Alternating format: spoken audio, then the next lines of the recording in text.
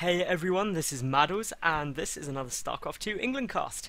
Today I have got game 1 of a best of 3. It's from the Zotac Cup, and it is between EmpireBratOK, who is of course the yellow Terran player in the top left, and he is playing against TSLSymbol, the red Zerg in the lower right. That means we do have a TVZ. Now, I am fresh, super hyped because I have just got back from Insomnia 46, the UK's biggest gaming festival, and I was doing all the SC2 casting there. I was up on main stage. It was my first massive event, and I was really hyped, and I had a great time. But when this video is released, it will be probably about a week or so ago, so I do apologise for that. Now, anyone who basically does frequently view my channel or anything will see I've changed my Twitter tag to @MaddlesSC2. That's essentially because before it was @SC2_England, which is my channel name, but again, since I'm doing events and things now as well, luckily, basically I thought I'd better change my tag to my personal one and get all of that sorted out. So do make sure you follow, because I mean I do giveaways on there. Just now, it will have been over by the time this video is released, but I've just done a giveaway for a Cyborg Freak 5 gaming headset, which is super awesome, and basically that was from Mad Cat and also Definitive Esports, which is brilliant. And yeah, so do give that Twitter a follow, because I mean obviously it keeps up to date with any events I'm doing. Also, just a bit of a laugh. More importantly though, please subscribe to this YouTube, because I get new top level games up every single day of the week, and I wouldn't want you to miss any, and that'd just be awesome. So let's take a look at what these two players are going to be doing. Well, it is a Hana, but we'll say a 15 hatch out of Symbol, which is pretty much standard. We'll probably see then a 16 pool. That's the usual build we get. Out of Braddock, I'd love to see a 1-Rax command center. I personally think it's the best build going for Terrans against Zerg right now. It's safe, it's easy to take, it forces a lot from the Zerg, because essentially if the Terran has gone for that quick early base, the Zerg player either has to do a 2-base play, or alternatively try and take a quick third. Now, neither of which are too great against Terrans, so I think it puts you in a great spot. We don't have any gas, so it does seem like Braddock will be going for that 1-Rax CC. And obviously Symbol on Hana doesn't have a great time, because there's these rocks blocking the entrance to the third. So what I'd love to see from Symbol is for him to get up a couple of creep spread only queens, just to really help push that creep out, because it is quite a narrow map, Hana, and you can spread that creep very comfortably, which gives you a great early warning system and is just super effective. Brattock has started his command center right there, so that's great. We'll probably see 2 gas chucked down in a minute, and then the usual follow-up is into Hellions. Reactor Hellions, even though they don't do huge amounts of damage after the queen change, they're easier to defend, they still give you great map control. I'd be interested if he does do that. I mean, the other thing you can do is obviously go Reactor Hellions with Cloak Banshee for really great harassment. There is this dead space coming into the back of this base, so we'll wait and see if that does go down. The only reason I think Hellions may not be on the cards is just because this ramp is quite narrow, so it's probably one of the hardest maps to get Hellions in to potentially do any damage on, but we'll wait and see exactly what Braddock goes for. Those 2 gas are just finishing up now. Meanwhile, Symbol has got down that first gas. He's got his spawning pool there. The first 100 gas will almost certainly be spent on Zergling speed, because it is the best upgrade you can get early on, especially against Terran. It gives you that extra map utility, it allows you to do those Zergling run bys, it gives you the map control that you essentially really do want. Now, there's a lot of gas being mined. We'll probably see a factory started very shortly. There is the 100 gas, so any second now we should see a click down. Are we going to see a factory build? Literally waiting so patiently. There we go, there's a factory. The moving of the barracks as well suggests that there will be a reactor chucked down, so Hellions are on the way. The 3 Marines are just poking and prodding, and actually great work by Braddock in order to keep the watchtowers. I mean, that's very bold. 2 queens are out, 2 more on the way, so there is the creep spread only queens, which I do love. So Symbol, you complete boss, doing exactly what I think you should be doing to be awesome, and yay, that's always good. Now, obviously, Zergling speed is on the way, and essentially once this Overlord has seen that base, which again will come up any second, it will literally ping up. Oh my god, Symbol, you didn't stop a second too soon, did you?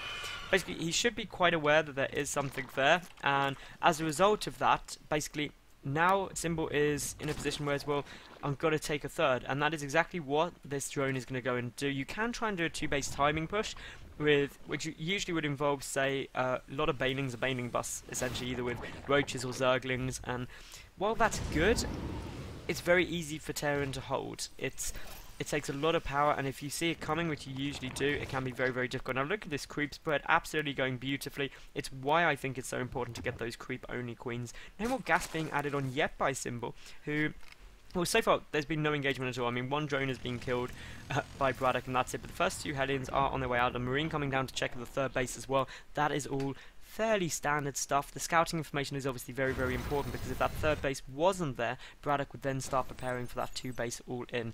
Now we do have 2 more Hellions on the way out. Stim has been started, a lot of Marines coming down as well. The double engineering bay are very, very important, because that obviously means the double upgrades are going to be coming out. Symbol doesn't have that. He's also supply block because he sacrificed that Overlord without replacing it. The Baning Nest and the Roach Warren are coming down. Of course, both critical upgrades. If it was going mech, you'd need a lot of Roaches to deal with Thors and the Hellions. If it's basically Marine tank, then you do require the Banings. We've got the 1-1 upgrades coming out here, the melee upgrades for Symbol, but the 1-1 for Braddock is quite a long way ahead. Now, those Hellions aren't able to do much because this creep spread is so good.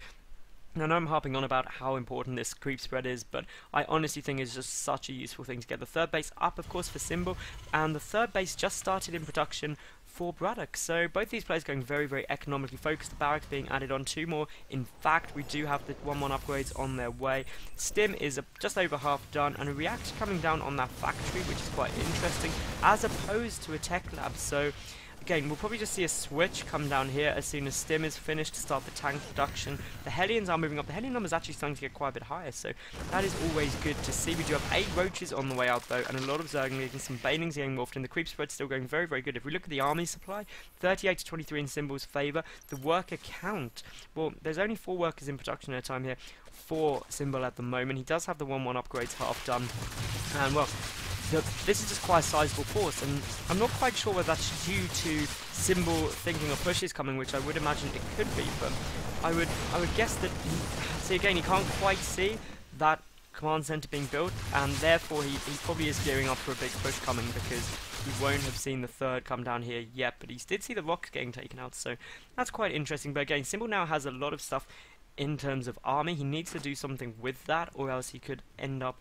being behind too far in the work count. If we take a look here, 57 to 47, so he will start pulling ahead. His ultimate aim is obviously getting up to about that 75 plus mark of drones, where he can really start going to town. Now, Lair is only half done, and we're 10 minutes into the game. That's quite late.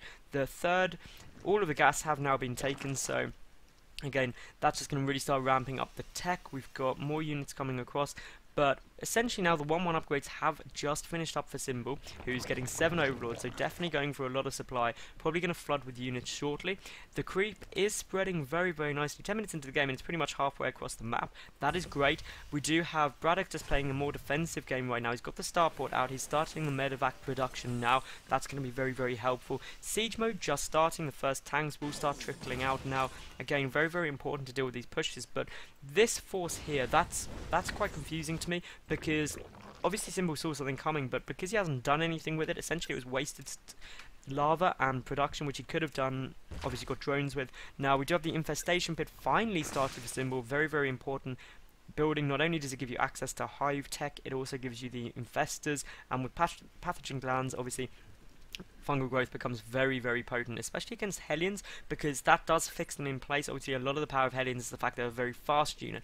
If you can lock them down, you can basically you can pick them off very, very easily and quickly. So we'll wait to see how that does. The first tank is now out on the field here, and the second tank on its way. Siege mode nearly done. The 2-2 upgrades to about, well, probably about 2/3 done. We've got Baning Speed coming out here for Symbol as well, who's clearly gearing up for a push. He's got Pathogen Gland started as well as Burrow. The 2-2 upgrades on the way. 22 Zerglings are in production now, and he's also got his 4th base, so everything going where he wants. He's getting down those Spore Crawlers. Now, this Spore Crawler position is to prevent drops into there. He should also have another one coming up here.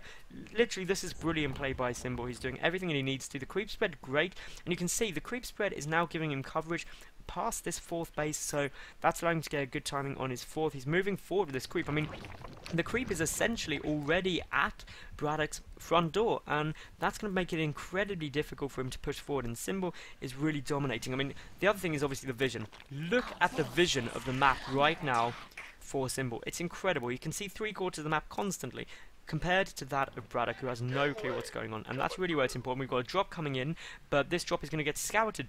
Look at all this scouting information you get very, very effectively. Now, the Queens are trying to engage the Hellions. Not too good. Those 2 Queens could go down if they're not careful. Stim forward. We've got units coming down the side. Obviously, we do have that single drop coming in, but already some Zerglings there, and we should see the fungal growth go off. Not actually going to get in there in time, but half the... well, the medevac half health pretty much already, so that's pretty good. Some scans going off to try and deny this creep spread, but it's coming from the other side as well, so that it's very, very difficult for BratOK to deal with this without spending an awful lot of energy from those orbital commands on getting the scans off. Now, that drop did go down, but a big fungal growth hits. All of the Marines get cleaned up. 2-2 just clicked in there for Symbol. 2-2 already done. We do have an engagement down here, and this is a big engagement right now. The baning hits absolutely huge. The fungal growth preventing any Marine spread at all.